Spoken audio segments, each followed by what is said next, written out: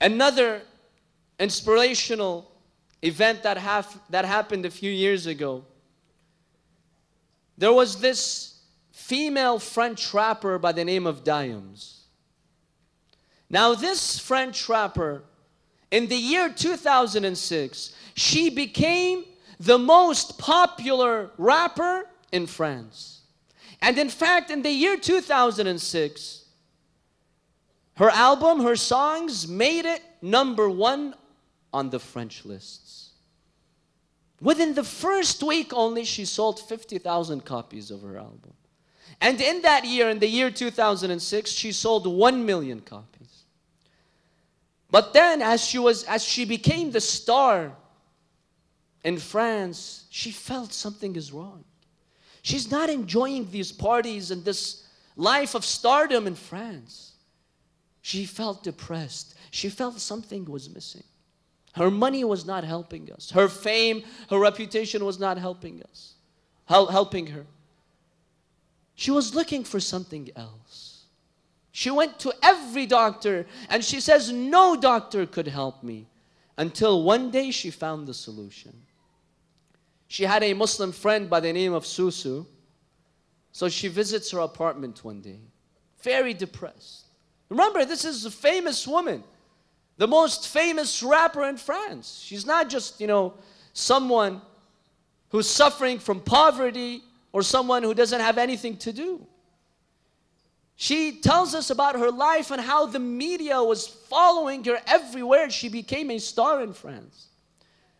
She says, one day as I was depressed, looking for something different, trying to leave this negative life that I had, I went to my Muslim friend's apartment, and then I saw her do something amazing in front of me. I saw my Muslim friend engage in salah, in prayer.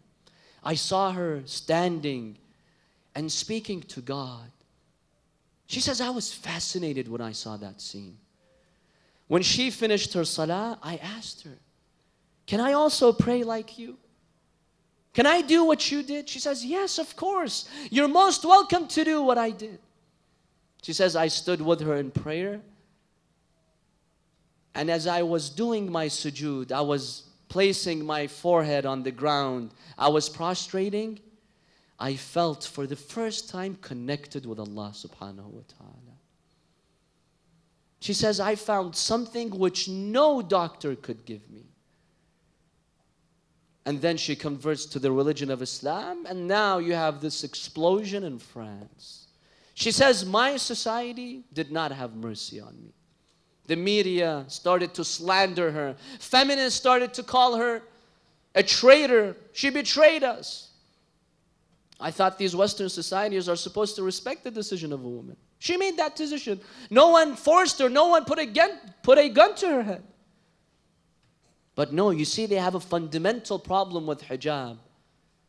Because they know if the hijab spreads in their society, they'll be in trouble. Many of their interests and agendas will go away.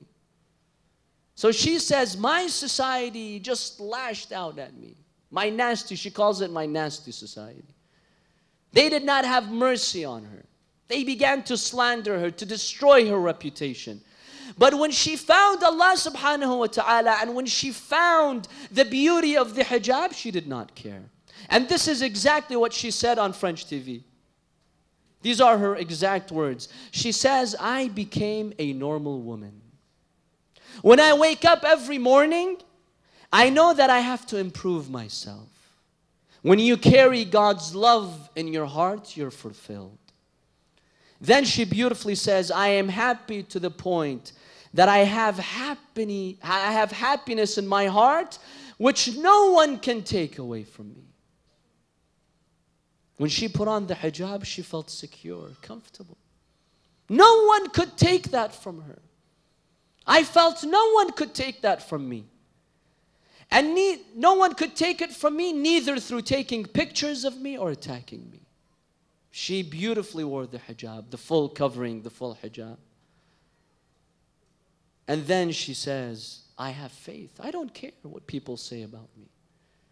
This is the honor that Allah subhanahu wa ta'ala has given us, my respected brothers and sisters.